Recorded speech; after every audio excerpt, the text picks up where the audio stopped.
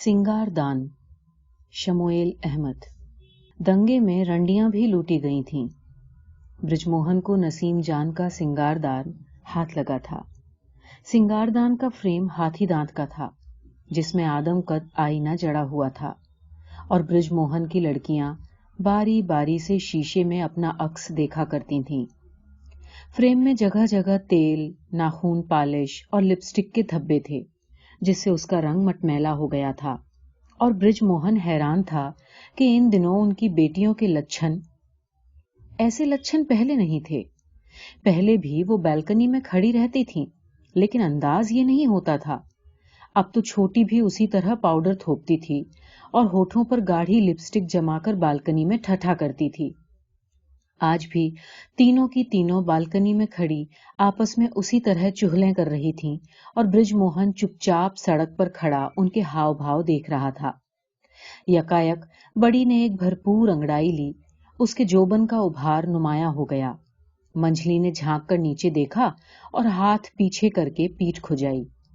पान की दुकान के निकट खड़े एक युवक ने मुस्कुराकर बालकनी की तरफ देखा तो छोटी ने मंझली को कोहनी से ठोका दिया, और फिर तीनों की तीनों हंसने लगी, और बृजमोहन का दिल एक अनजाने डर से कांपने लगा। आखिर वही हुआ जिस बात का डर था। ये डर बृजमोहन के दिल में उसी दिन घर कर गया था जिस दिन उसने नसीम जान का सिंगारदान लूटा था। जब बलवाई रंडी पाड़े में घुसे थे तो कोहराम मच गया था।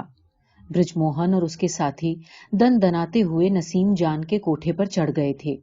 नसीम जान खूब चीखी चिल्लाई थी। बृजमोहन जब सिंगारदान लेकर उतरने लगा था तो उसके पांव से लिपटकर वो गिड़गिड़ाने लगी थी। भैया भैया, ये पुश्तैनी सिंगारदान है, इसको छोड़ दो भैया। लेकिन बृजमोहन ने अपने पांव को जोर से झटका दिया था। चल हट रंडी कहीं की। और वो चारों खाने चित्त गिर गई थी।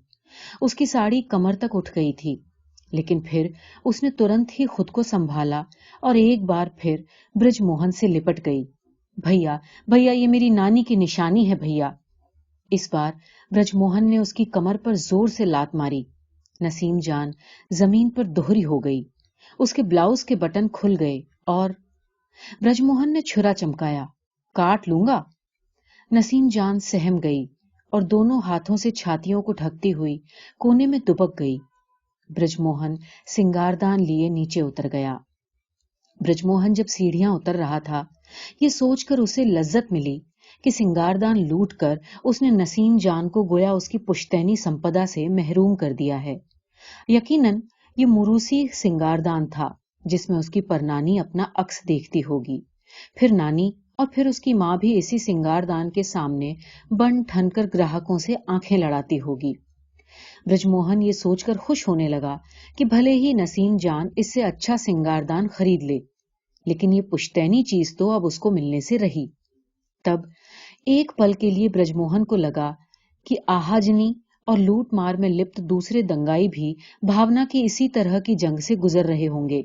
एक समुदाय को उसकी विवशता से, जान माल से मरहूम कर दें, ठीक वैसे ही जैसे षड्यंत्र में वो पेश है। बृजमोहन जब घर पहुंचा तो उसकी पत्नी को वो सिंगारदान भा गया।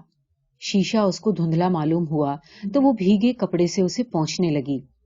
शीशे में जगह जगह तेल के गर्द आलूद धब्बे थे। साफ होने पर शीशा झलझल कर उठा और बृजमोहन की पत्नी खुश हो गई। उसने घूम घूम कर अपने आप को आईने में देखा। फिर लड़कियां भी बारी बारी से अपना अक्स देखने लगीं। बृजमोहन ने भी सिंगारदान में झांका तो उसे अपना अक्स मुकम्मल और आकर्षक लगा। उसको लगा कि सिंगारदान में वाकई एक खास बात है। उसके जी में आया कि कुछ और देर अपने आप को देखे, लेकिन यकायक उसे नसीम जान बिलखती नजर आई। भैया भैया, सिंगारदान छोड़ दो। चल हट रंडी। बृजमोहन ने सिर को गुस्से से 2-3 झटके दिए और सामने से हट गया।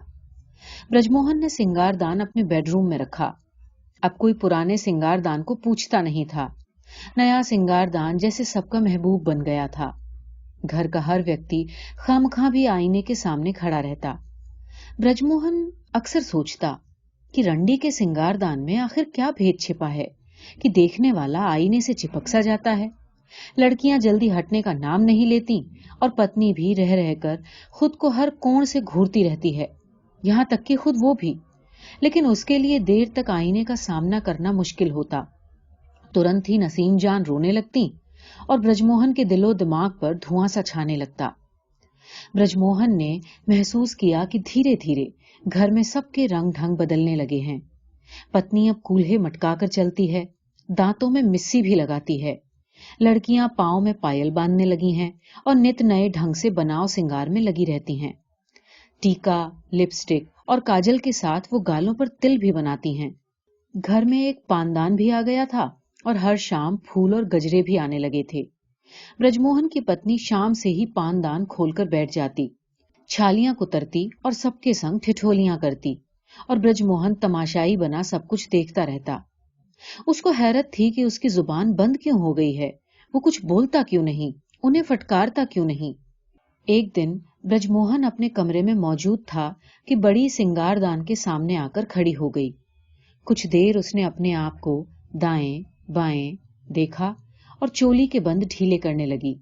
फिर बायां बाजू ऊपर उठाया और दूसरे हाथ की उंगलियों से बगलों को छू कर देखा।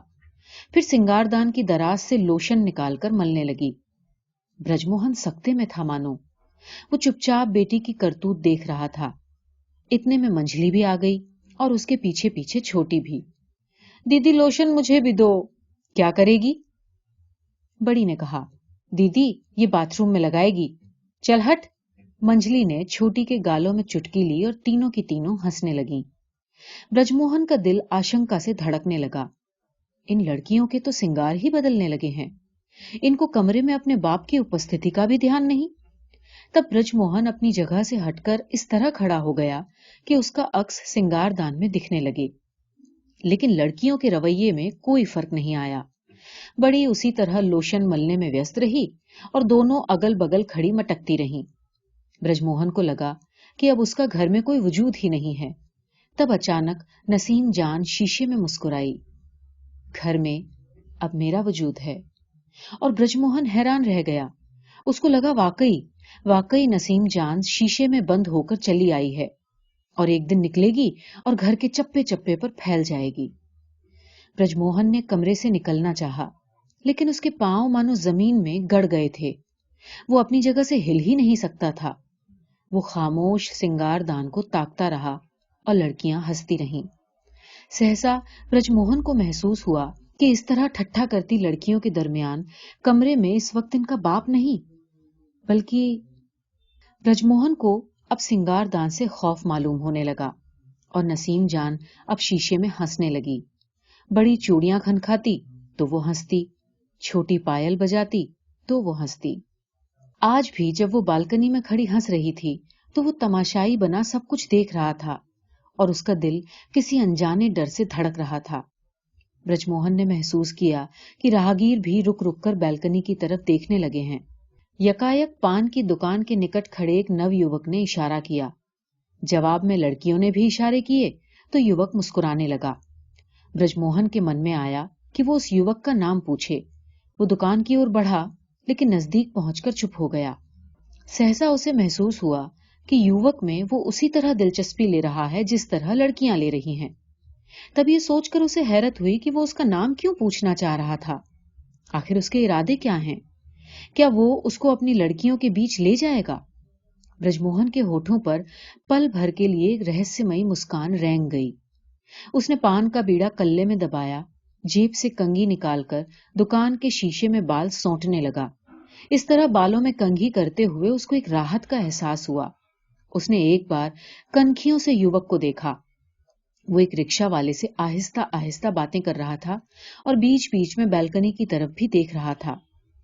जेब में कंघी रखते हुए ब्रजमोहन ने यह महसूस किया कि वाकई उसकी युवक में किसी हद तक दिलचस्पी जरूर है। यानी खुद उसके संस्कार भी संस्कार वंस्कार से क्या होता है? ये उसका कैसा संस्कार था कि उसने एक रंडी को लूटा, एक रंडी जो किस तरह रो रही थी, भैया भैया मेरे। और फिर ब्रजमोहन के कानों में नसीम जान के रोने बिलखने की आवाजें गूंजने लगी। ब्रजमोहन ने गुस्से में 2-3 झटके सिर को दिए।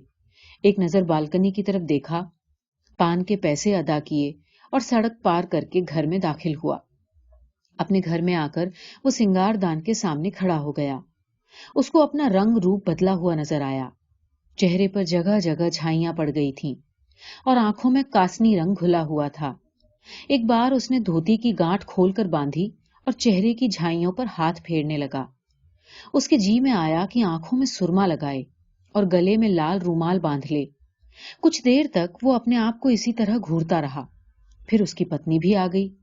सिंगारदान के सामने वो खड़ी हुई तो उसका आंचल ढलक गया। वो बड़ी अदा से मुस्कुराई और आंखों के इशारे से उसने ब्रजमोहन को चोली के बंद लगाने के लिए कहा। ब्रजमोहन ने एक बार शीशे की तरफ देखा। अंगिया में फंसी हुई छातियों का बिंब उसे सुहावना लगा। बंद लगाते हुए उसके हाथ छातियों की ओर रेंग गए।